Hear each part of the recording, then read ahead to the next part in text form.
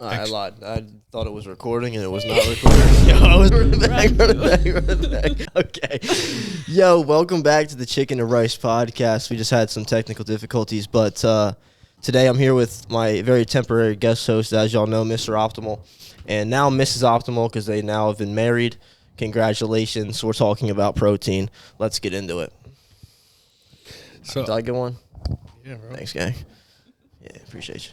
So I'm like their kid. If you, like, I was about to say, if you guys didn't know, Ben's actually our son. Yeah.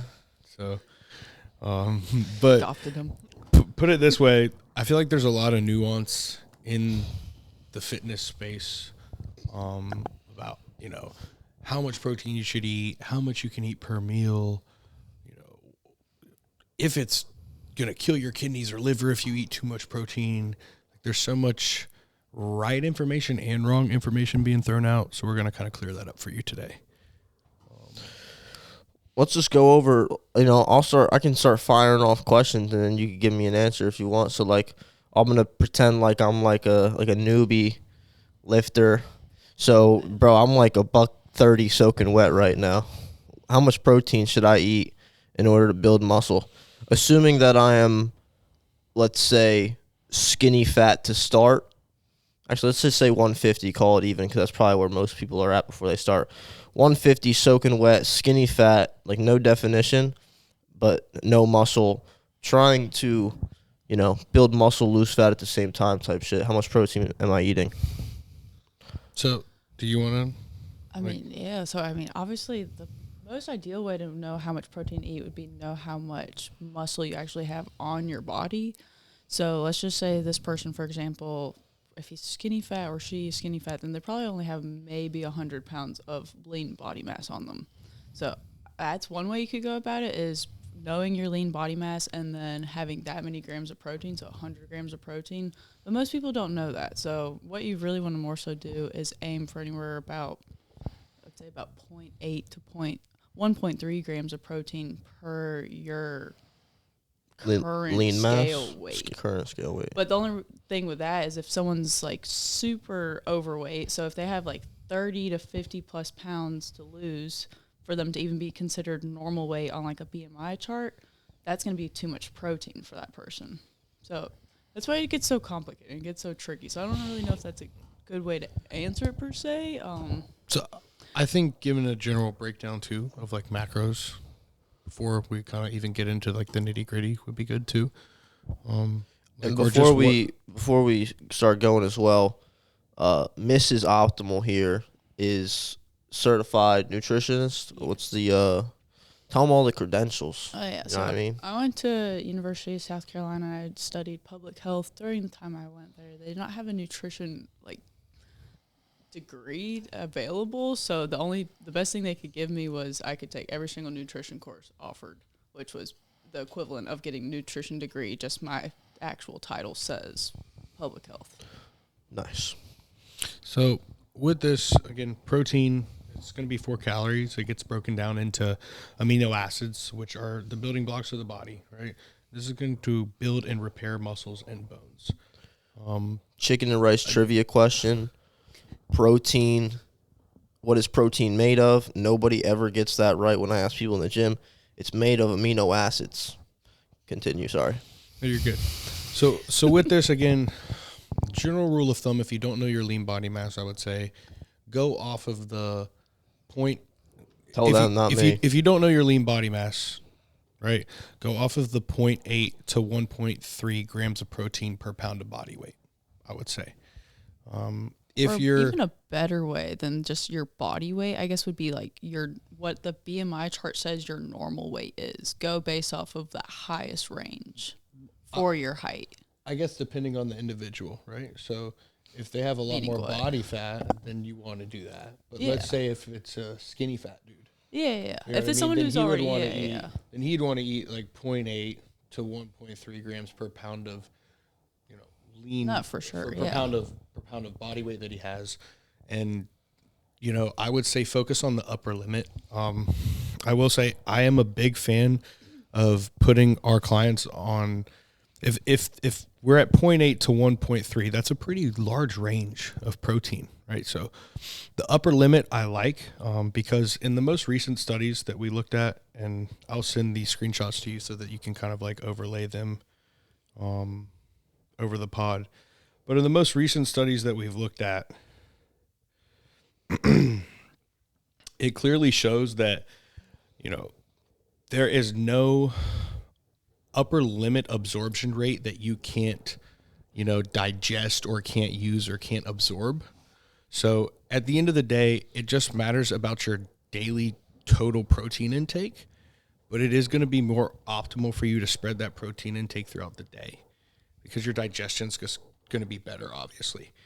That being said, with high protein intake, in this randomized study, it says a high protein diet, 3.4 grams per kilogram deciliter, combined with a heavy resistance training program, improves body composition in healthy trained men and women, a follow-up investigation. And this basically just showed that the individuals with the highest protein intake had the most lean body mass and the least amount of fat body mass at the end of the study. And they had the most gains in terms of increasing muscle mass index and the most amount of gains in terms of decreasing body fat. So when you're at that upper limit, I think because protein has a higher thermic effect of food and because it's super satiating, it just gives people a more sustainable approach to be able to build muscle and burn body fat if that's the goal. You know what I mean? For sure. What are your thoughts? I'll give you my opinion. So this is actually something I think I learned in my nutrition class was when you, and I think a lot of like bodybuilders and bodybuilding coaches do the same thing with like clients or whatever, but when it comes to, I would say maybe the competing aspect or just, bulking, cutting, whatever phase you're in, having a influx or like surplus in calories, I think, in my opinion, and what I've learned is you don't need to be at that upper limit because your body's able to use the carbohydrates and not rely on the protein. Because when you're in especially a steep deficit, if you're using up all the carbohydrates that you're actually consuming in your diet, your body will start to use protein. So having more protein in a deficit of calories where your body's deficient in carbohydrates and everything, you can it's more effective, or it's better to have more protein because you get what I'm saying. You know what I'm saying? Yeah. Because you don't have as Then you can use the protein instead of the carbs. Yeah, so if your body body does start using protein, it has more than enough to where it can use some for energy, but then it still has enough to build muscle. 100%. I probably worded that like shit, but you get what I'm saying. It makes sense. So again, the upper limit is always better. Let's say you guys are in a pinch and you have 100 grams left in your daily intake to get. You'd be totally fine eating that 100 grams of protein in that one meal. You just need to make sure that you have, some fiber in that meal and that you have other things in your diet that are going to allow you to optimize your digestion so that you are just not constipated and not having extremely bloated probably too. Extreme bloat before going to bed or something like that, because you're trying to slam 100 grams of protein that quick. So that's why I say, again, spreading it out throughout the day would probably be the best thing. I would say probably somewhere between 30 to 60 grams of protein per meal, depending on what your daily intake's like. For me, my intake is super high because I'm 220 pounds lean, right? For somebody that's 150 pounds lean, their intake of protein per day is going to be a lot lower than mine. So that is going to dictate how much protein you'd really have per meal, and then how many meals a day, et cetera, et cetera. Literally just eat however much protein you want per meal that you're going to feel comfortable with, basically. So not necessarily how much you want, because maybe you don't want to eat any protein. not saying to do that by any means, saying to at least, I would agree with you saying at least 30 grams of protein per meal. So if you only need 120 grams of protein, then just eat 4 meals a day with 30 grams of protein. But if you need like upwards of 300 grams of protein and you only like eating 3 meals a day, you could eat 100 grams of protein in each of those meals, but only do that if your body can properly digest that. If you feel comfortable, if you feel uncomfortable eating that much protein in one meal, don't force yourself to eat 3 meals, eat 4 or 5 meals, space it out a little bit more. So it's person dependent. Don't do it just because, like, if Alistair says, let's say he likes eating 3 meals, Ben, you like eating 6 meals. If that works for them, that's awesome. Neither one's going to grow anymore as long as they're eating the amount of protein that is for their specific body, which is, again, in that 0.8 to 1.3 range. 100%. With this, I think protein is probably the most important macronutrient. However, that doesn't mean we need to neglect the others, right? With this, fats are very important for hormone optimization and just maintaining energy levels. Not in the sense of like you need, I guess, fat for energy, but you need to have fats to maintain proper hormone levels, which is going to give you proper energy levels, right? So fats also are going to keep you feeling fuller for longer. So they're also very palatable. Fats are the most palatable macronutrient. So fats make food taste better. You know what I mean? That's why you like protein when it has some sort of oil cooked on it. That's why you like it when it has butter on it, or you like it because fats are very satiating, right? Like how ground beef, like a 90-10 ground beef is going to be more filling, more satiating than like a 91 ground turkey breast. Yeah. Or 99-1, you know what I'm saying? So with that, again, 0.3 to 0.6 grams of fat per pound of lean body mass. If you don't know your lean body mass, you could go around the 0.3 to 0.6 grams of fat per pound. Again, this is just to sustain optimal hormone levels, to keep you satiated, and dietary fats are also going to help with digestion. The more dietary fats you have, the more runny your poops are going to be, right? The less dietary fats that you have, a little bit more solid they're going to be. So like if you go too high in your fat, say you're eating like a super fat diet, I would not be surprised if like, say if you're doing a keto diet and you're eating all protein and fats, I would not be surprised if you were absolutely like pissing out your butt every time that you go to the restroom. So again, that's not good for you. Your colon should not be operating like that. Sound like a little personal experience. So with that, again, 0.3, 0.6 grams fat per pound of lean body mass, that's hormone optimization. It's going to help with digestion. It's also going to help with just keeping you satiated and full. Was it you that used 20 to 25% of your calories for fat, or did I learn that in school? No, I do that too. For all of our clients, I usually put anywhere from about 20 to 25%. 20 is like the lowest range because that's usually like the minimum fat just to have like a healthy body, basically. Yeah. But I mean, some people I'll even put upwards to like 30% just because some people don't do well with more carbs. Some people's bodies like literally like, especially for like some larger people, if you give them too many carbs, they look just puffy when you're giving them too many carbs, so they do better with more fat. Yeah. Everybody's different. Yeah. There's not like a perfect ratio. It's like there's a perfect ratio. A good range for sure, 20 to 30. Yeah, it is. Yeah, there's not a perfect ratio for everyone, but there is a good range for everyone. And then once you find that perfect, point for every single macronutrient for each individual, then things start really, getting optimized. Optimal. When it comes to that, the last macronutrient, carbohydrates, this is essential for muscle glycogen stores, and that's just going to fuel your workouts. With intense exercises, you have to have glycogen to fuel those. That's your preferred energy source when your heart rate gets up and when you're doing intense exercise, right? So if you don't eat carbs, no wonder you feel flat all the time. No wonder you don't get good workouts. No wonder you don't feel good, right? But that being said, you don't want to make that the most important macronutrient or over prioritize it because, again, that's where you could look bloated.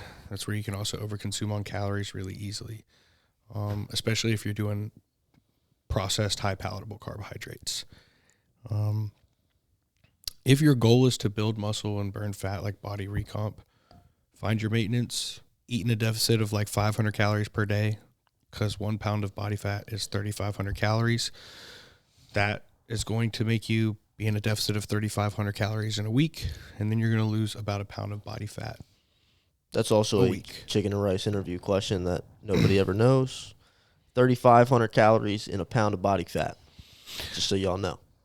So with that, again, you would have enough protein if you were eating around, 0.8 to 1.3 grams per pound of lean body mass or per pound of weight. And if you would have enough fats, 0.3 to 0.6 grams per pound of lean body mass or per pound of weight. And then if you backfill the rest of your calories that you have with carbohydrates, that is a perfect balance for you to hit that goal of building muscle and burning fat.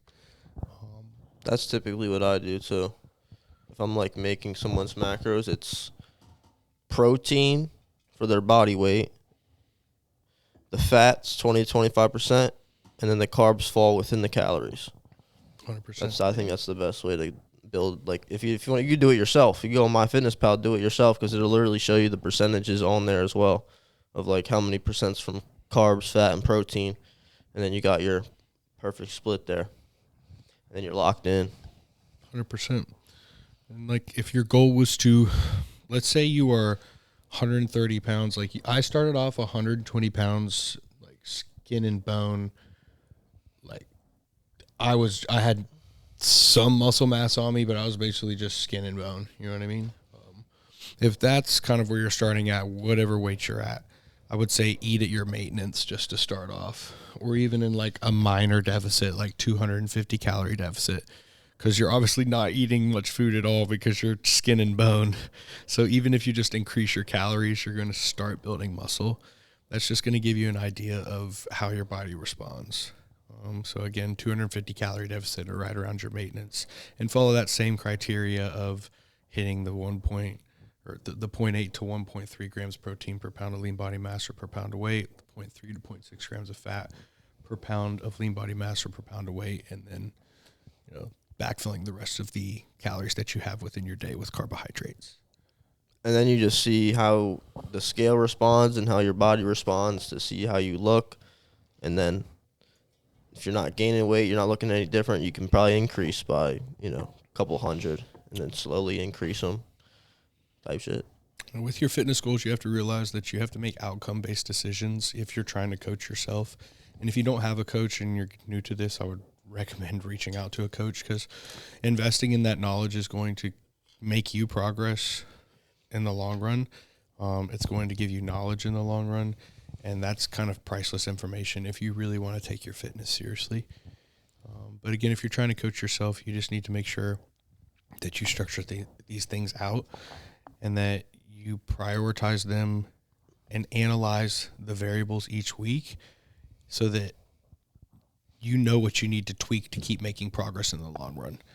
Because if you just make a plan and then try to follow it for 12 weeks without making any adjustments or looking at your data or looking at how you're progressing, not much is going to change, because as your body changes, what you need to keep making progress also changes. And you got to be real with yourself. You can't because one thing for me, even when I did my show, I prepped myself, I coached myself. And I kept just telling myself in my own head that, I wasn't full enough when I was doing my carb up. And, in my head, or I was telling myself in my head, but I think in reality, I was just hungry as fuck and I just wanted more carbs. You know what I mean? So just, you got to be real with yourself as well. And that's why, having a coach is very effective. It's very important, especially for bodybuilding, because it's easy to explain I can explain things away to myself like that if I'm in an emotional state. Yeah. But if I have somebody that's going to tell me, bro, are you actually hungry, or are you hungry, or do you actually think you're flat? You know what I'm saying? Example, we had a client this morning. He was like, or last night, starting his first week, he's like, I'm absolutely starving, bro. He's like, I'm starving. Am I in a deficit or am I in maintenance? And he's a pretty big guy. His name's Eric, and he's a pretty big guy. But we're trying to get him in shape because he's going to the police academy. With that, I asked him, dude, are you hungry for broccoli right now? Are you hungry for vegetables? Good question. Are you hungry for like things that you're usually not reaching for? Or are you just craving things that you were usually eating last week that now you don't really have access to whenever you just want them? You know what I mean? Yeah. And he was like, that's a very fair point. You're right. I'm not hungry. I'm just craving stuff. Yeah. So that's like me on my Fridays, because Fridays are check-in days, or they still are, but it was also my cheat meal day, because I would get 2 cheat meals a week because I'm fucking Lizzo on the bulk over here. So 2 cheat meals a week, and on Friday I would get the same thing every Friday. So I would do, I would replace one of my last meals with the cheat meal, and then I'm like, dude, I'm not even hungry. Because I would I'm not hungry for my normal meals, but then it's a whole different level of hunger when it comes to something you want to eat. When it comes to eating a fucking cheat meal, you know what I mean? It's like, I go throughout the whole day, I'm like, damn, I'm not even hungry, bro. And then the nighttime hits when it's time to get the cheat meal, and then I'm like, yeah, it's time. So good little quote here. Stay true to the plan, not your emotion in the moment. Right? Do what the tomorrow morning version of yourself would be proud of, not what you're feeling right there. No, I asked myself that, because both of them are on meal plans. I just track my calories and my macros, so I'll have a lot of nights where I'm like, oh, I have only 150 calories left, but this is 250 calories. Should I actually eat this? Or should I actually just find what I'm supposed to eat for 150 calories? And then tomorrow I won't feel like I messed up and did myself wrong because I was just feeling my emotions, not sticking to the plan. That's valid. 100% though. So, protein. What What else we gotta talk about? Protein. You were saying something earlier about cutting and bulking, and I feel like that's something that people think differently. Yeah. Do I have to eat a different amount if I'm cutting or a different amount if I'm bulking? So let's just kind of close out with this, because everybody thinks they need to cut or bulk. If you have body fat to lose, say you're at an in-between point and you don't know what direction to go in, you don't need to cut or bulk. You need to recomp so that you can get to a nice foundation point so that you can then build off of that physique. Can we just give a little small definition of what a recomp is? Building muscle and burning fat, and being in a slight deficit. When you recomp and get yourself to a point where you're building muscle but also getting leaner, when you have a point where you have no more body fat to lose, you can then slowly titrate up in calories, and then we can stay lean because you have a higher basal metabolic rate now that we've put on more lean tissue. And as we titrate up, we'll kind of hang there for a little bit. You'll put on some more tissue. Your basal metabolic rate will increase. Then your weight will drop. Then we'll add in calories. We'll hang there for a little bit. You'll put on some more tissue. Basal metabolic rate will increase. Weight will drop. And then we kind of ride that process, and you can stay lean and keep getting bigger. I'm sorry. I was just laughing because you keep looking at me, and you got to look at the camera. I'm sorry. It's just because I'm trying to have a... No, you're good. You know what I mean? Real life conversation. We usually do look at each other, but I couldn't... I can't take shit serious, bro. So... No, because I was going to say something and I forgot now. But so again, if you are at an in-between point, stop this yo-yo cycle of, oh, I'm going to increase my calories in bulk for 2-3 months. For 2 or 3 months, and then you get so overly uncomfortable because you put on body fat when you already had body fat to lose, so you shouldn't have been bulking in the first place, right? And then you go cut calories so drastically, and then you can't hang there because it's unsustainable. So you're like, oh, well, I'm tired of losing weight, and I'm really just becoming a deflated version of what I already was. So I'm just going to go back to bulking so I can put on muscle. And then you keep doing that over and over and over again, and you basically just spin in circles and stay in the same spot. So that's why I say get to a quality foundation point where you have no body fat left, and then you can build off of that physique and slowly titrate up and do a very nice quality lean bulk. That's how I was able to put on, that's how I was able to go from 120 pounds to 220 pounds, right? Because I just had to get to that nice foundation. Then I slowly started titrating up calories over the last 7 years, and I put on 100 pounds of lean tissue. So, and I think it starts with just controlling all the variables, because people want to cut or they want to bulk, but then they want to, eat whatever the fuck they want all the time. And, the more variables that you can control, the better your results will be, the more locked in you are. At least for me, because I know you do, like your macros or whatever. But for me, at least, I think like the meal plan shit, like especially for my stomach, because my stomach knows what's coming in every single day, and it's putting it right out every single day, probably like 6 times a day sometimes. No, that's the thing though. With most people who like track their macros, is they're eating something different, like for breakfast, lunch, dinner, every single day.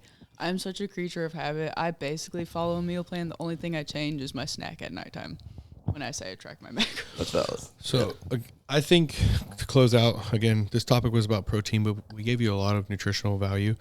I would say my biggest piece of advice, if you are looking to get in the best shape of your life in 2025 or get your dream physique, whatever that looks like, you need to have a meal plan. That meal plan needs to be structured, right? So it fits your calories, macros, and it's made up of foods that are going to be healthy and serve your goals in terms of micronutrients and what you need to get out of life, but 25% foods that you enjoy so you're not living in a box. Focus on hitting all those numbers in terms of macronutrients that we talked about, and then just execute on that plan consistently. If you do that over and over and over again, I promise you, you will get in the best shape of your life. I agree. I would agree. Very soft-spoken today. Is that like a aura? You aura farming or? No, man, I'm trying to be a little less intense with the way I relay information, because I feel like it gives a bad taste in people's mouth, honestly, because they feel like I'm being aggressive with my energy so that people are aggressive back to me. You know what I mean? With the way that I do things. I was also talking to Jonathan. If you guys don't know, me and Ben met Jonathan. He's like one of the VPs of sales for Calvin Klein and H&M when we were in New York. He just so happened to follow us, which was really cool. And we got to go out to dinner with him. Like, it was really cool. But he basically told me, he was like, dude, think about the way you present yourself. He's like, most grown men that want to like watch content and learn, they don't want to be like screamed or lectured at. That's more like 20-year-olds. You know what I mean? He's like, they just want somebody to talk to them in a calm tone and an educational manner so they can learn and absorb the information. You know what I mean? So I'm more so just trying to act like an adult and a professional, because I don't want to appeal to 20-year-olds anymore, bro. I want to appeal to adults. You know what I mean? That's valid. I was just saying, because I could like barely hear you today. You are usually way louder. Nah, that's fire. But yeah, so protein, basically, we're going to sum it up here. We got 0.8 to 1.3 grams per pound of body weight.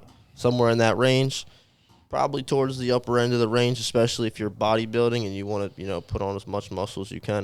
If you're more like lifestyle and you want to probably have more other stuff and not as much protein, you could do that too. I would even say lifestyle, the upper limit's better, because again, I would say the same thing. The most recent study shows that the people that have higher protein intake, also because it has a high thermic effect of food and because it's filling, are going to have more progress in the long run versus somebody who's on that lower limit, right? They're going to have they're going to have less body fat index, and they're going to have more muscle mass index. And they're also just going to be able to progress more in those areas over time as well. Yeah, I would agree. I would say, I said, like, just some people want to eat some bot shit. You know what I mean? But to close it out, man, honestly, let's just put it this way. Eat your damn protein. Eat your chicken and rice, as you can see here. Rice is a carb, bro. Chicken and rice. Not Ben's. Eat your chicken and rice. Ben's is different. No, it's just, Chicken&RiceClothing, code chicken, code optimal. Link in the description. You Let's also, go. obvious here, if you don't want to do all this yourself, if you don't have the knowledge or the willpower, or you want someone to hold you accountable, you got Coach Optimal here and you got Coach Chicken. Okay, we're here to help. Ben has just started online coaching, so if you want to support your boy, hit him up, reach out to him. I have personally been teaching him how to build his coaching business and how to be a better coach too. So he's learning directly under me as well. So I have confidence that he will be able to help you guys just as much as I've been able to help my clients. So, and thank you for my amazing wife for being the nutritionist for our clients, because I don't know what I'd do without her. I love it doing it. So thanks for letting me do it with you. I love you, baby. Absolutely. I hope you guys have a great day. Signing out for the Chicken and Rice podcast. We're about to go take our son out to dinner. And no, we're not, though, because we're actually 21 weeks out, so there's no more cheat meals. So yeah, no, we're prepping him this year, so this is going to be awesome. Go eat some meal prep dinner downstairs. I didn't want to tell them that we were actually going to put you down for your nap and sing you a lullaby. Come on, man. Well, I got to eat meal 5 first, and then okay, then I can put you down for your nap. Yeah. Okay. All right. We'll see you guys the next pod. You guys know what it is. Code Chicken, Code Optimal. We're out of here. Peace. Peace.